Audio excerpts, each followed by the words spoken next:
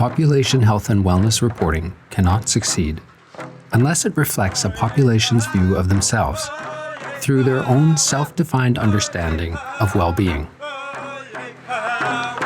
We Walk Together is a research project that seeks to develop new health indicators sourced from BC First Nations perspectives of wellness and connection to land, water, and territory. First Nations Health Authority researchers use land-based activities and sharing circles to collect data related to 3 research questions. 1. What does Indigenous knowledge tell us about connection to land and water as a determinant of health and wellness? 2. What methods have First Nations communities traditionally used to measure and monitor land, water, and health? 3.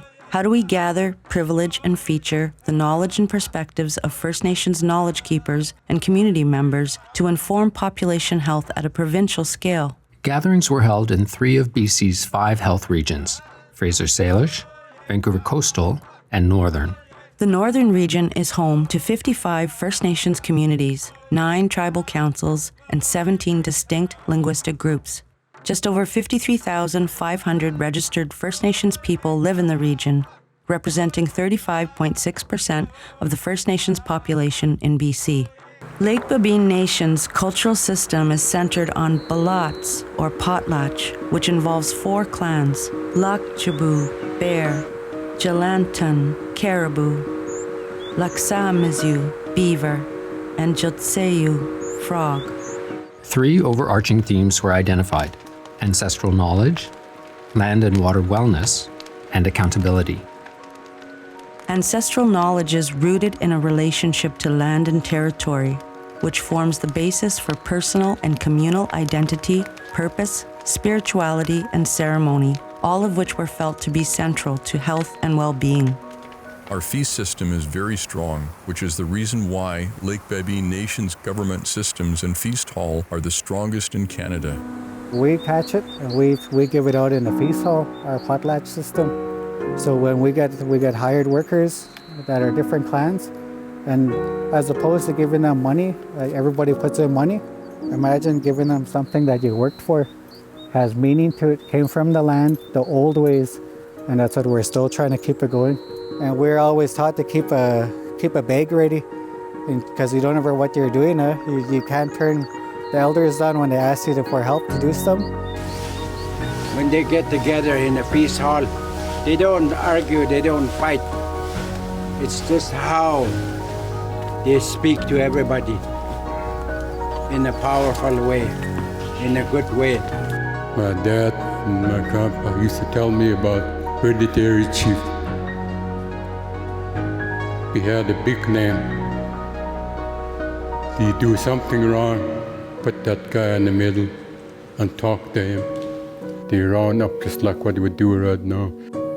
Then they feel better. The medicine, when all the Lake Babine drummers get together, 20 drummers, it's so powerful, it's so unique. That's our medicine. Overwhelming grief from what's been lost and stolen, reckoning with losses and finding a pathway to strength and wellness prompts questions for both the ancestors and future generations. We have to find proper ways to live with them. Not listening to the First Nation is not the proper way. He will self-destruct, and you're going to bring us with you. The provincial and federal, they don't know how it looks out here. They were back in Ottawa. They're talking about this land, that land. They don't know how it looks. This is not the way that should have been done. They should have been done in a good way. It's hard to deal with when you lose all your elders. And now, like you're saying, there's not much left. I'm trying my best to listen to them and trying to change my life around. And I never drank for about 3 years, and all I do is I want to live off the land. We mourn for 1 year, according to our traditional systems. 1 year. After a year, which we say farewell to our loved ones, and then we move on. The drums come out, the family has to smile again. Traditionally, before we used to set net and do things on our own, but nowadays all we do is go to Fort Babine fence and pick up our fish there.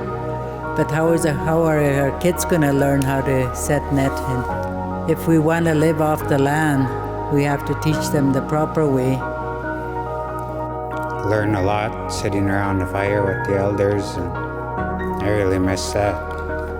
Wish we could do that more with the elders we got left. I put back these elders to the proper place and start respecting them. They share a lot of things, a lot of tradition. Back then, they never fight over stuff. Make sure there's some resource people at the end. Make sure the elders are involved. Revitalize Lake Babine Nation.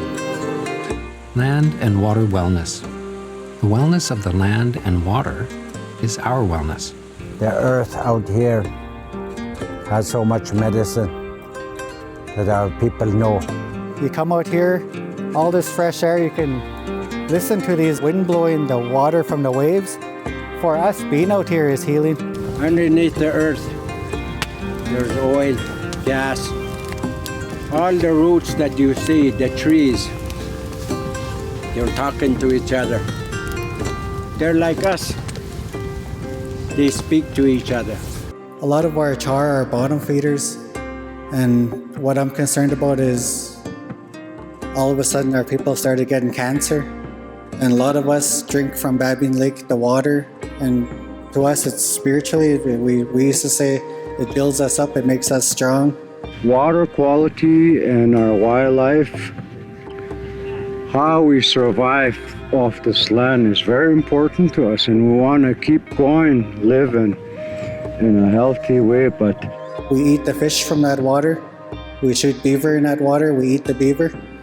Moose, everything that goes to water, water is really important. With those DIA, they cut back many reserve land up to Fulton Lake. That reserve land, that Spawny Channel, is supposed to be reserve land. They took us from our lands. Pretty good plan, right? Put us on reserve. Took all our trees. Now they're running gas through. The more they logged in these kind of areas, it pushes them away. Mining or anything like that impacts the land, it just pushes everything away, and you would never see anything or catch anything in these areas. That's what we've noticed in a lot of our areas where they log. They've done all these kind of studies on where they say they do habitat assessment and stuff like that. I think they need to go beyond those, like when they do buffer zones even, go further. To this day still, we're salmon people. one can find his own self when he's out on the land. There's a connection. Everything follows water. Water is important. There's a creek following right beside us here. Springtime, as soon as this ice melts, we go that way, the other end of the lake, set net for steelhead. Not only that, we come summertime, late fall, we start salmon here in Donald's. Late summer, we go Wrights Bay, set net for char. And then comes late fall, we set net under the ice when the ice comes. Do a lot of hunting, trapping, fishing, doing all that all the time. We used to always set the net with my mom and my grandma, but we don't do that anymore. We should start again, yeah. The future of our young people, are they going to keep our language? That's what I think about every morning when I wake up. Accountability, taking actionable steps towards addressing what's shared between First Nations and other institutions. Living on a land automatically connects with you. When you come out, you become who you ought to be. They started paying us for the wrongs they have done us. You will not buy it off us. You cannot buy off us what you put us through. It's forever embedded until we heal, until we look in the mirror and say, I have enough. They're trying to put a line down in Babine, natural gas too, and that thing busts open, there's going to be nothing left for my daughter and her kids. And all our trout too, some of them we catch up there, they're all sick too, and help us with this lake down here to clean it out for my daughter and her kids, and my daughter's kids for down the line. We don't look for trouble. It's the things that's so right have to be done in a good way for my grandkids, for their grandkids, for everybody's grandkids on this earth. Money will be well spent if you can open up the highways and all your teaching to hit home.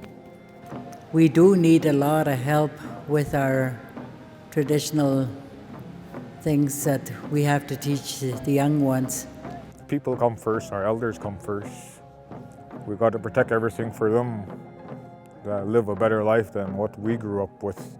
When they get together, they're always happy up here. They always do stuff together. And being with you makes me remember, and I hope your words and the images we're capturing and the study that we're doing and our reporting on what you're saying to us about your lands and territories will inspire others.